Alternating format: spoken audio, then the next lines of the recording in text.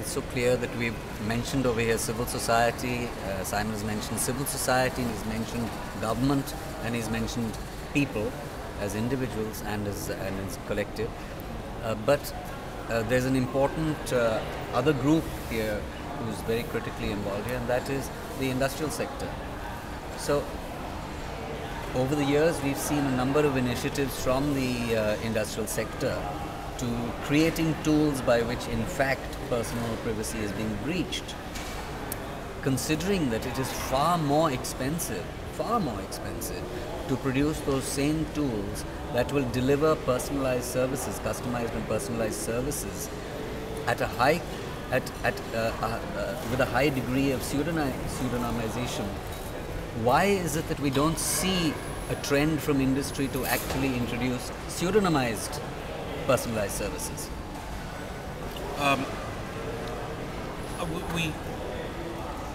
This is a huge conflict, isn't it? I mean, the whole of industry sees value added in personal information.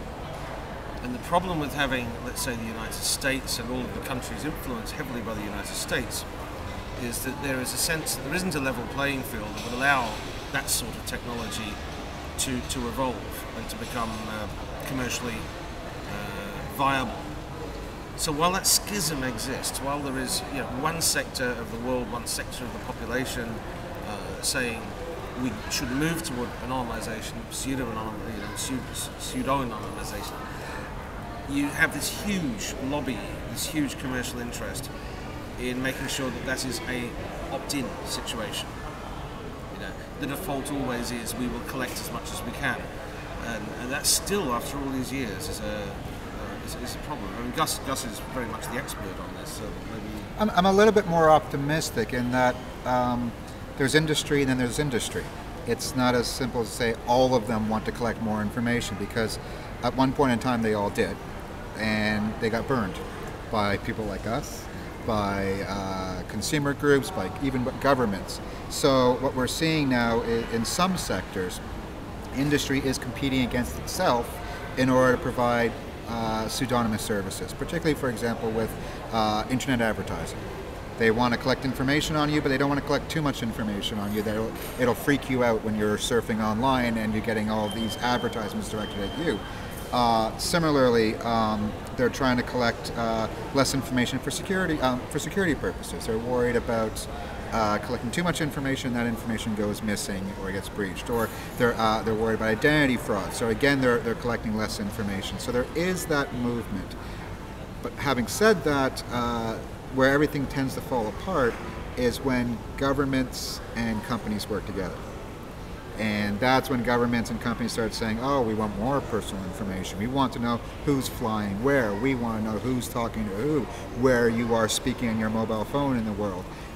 And unfortunately, industry more often than not is complicit in these laws, even though at times they do resist, such as mobile phone registration.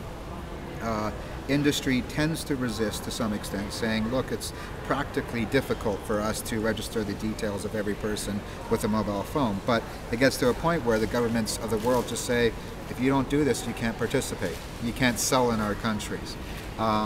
So that's difficult for mobile phones, but at the same time with email addresses, governments have tried to tell Microsoft, Google, Yahoo that, look, you can't operate webmail in our country unless you get the full identity information of all your users. And these companies have said, no, we can't.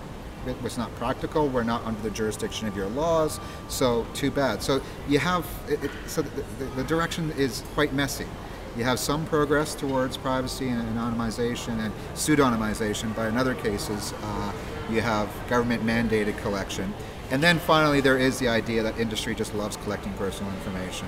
And there are a lot of irresponsible actors out there, and some of them are some of the very, very big companies who just have this idea that the more they know about you, the more they can sell you, sell things to you, but also sell your information onwards to others. So it's a very odd but dangerous dynamic. And it's certainly a case, as Gus said, where the government influence with industry, or the two in collaboration, is most dangerous.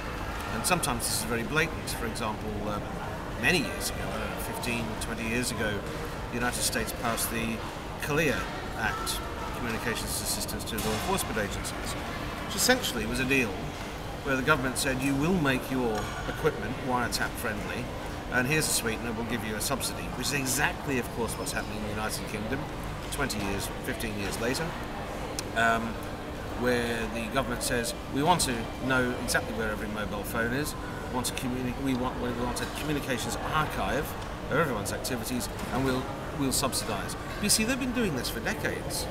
The security services and the Home Office in Britain have subsidised British Telecom for wiretapping since, well, decades.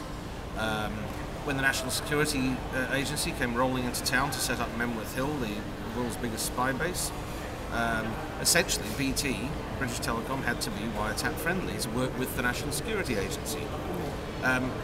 And this has happened in most countries. The second and third partner organisations of what's called the Quadripartite Agreement, the National Security Agreement worldwide, all of these arrangements are put in place. So it is a tough one to deal with, because that's the core of our communications.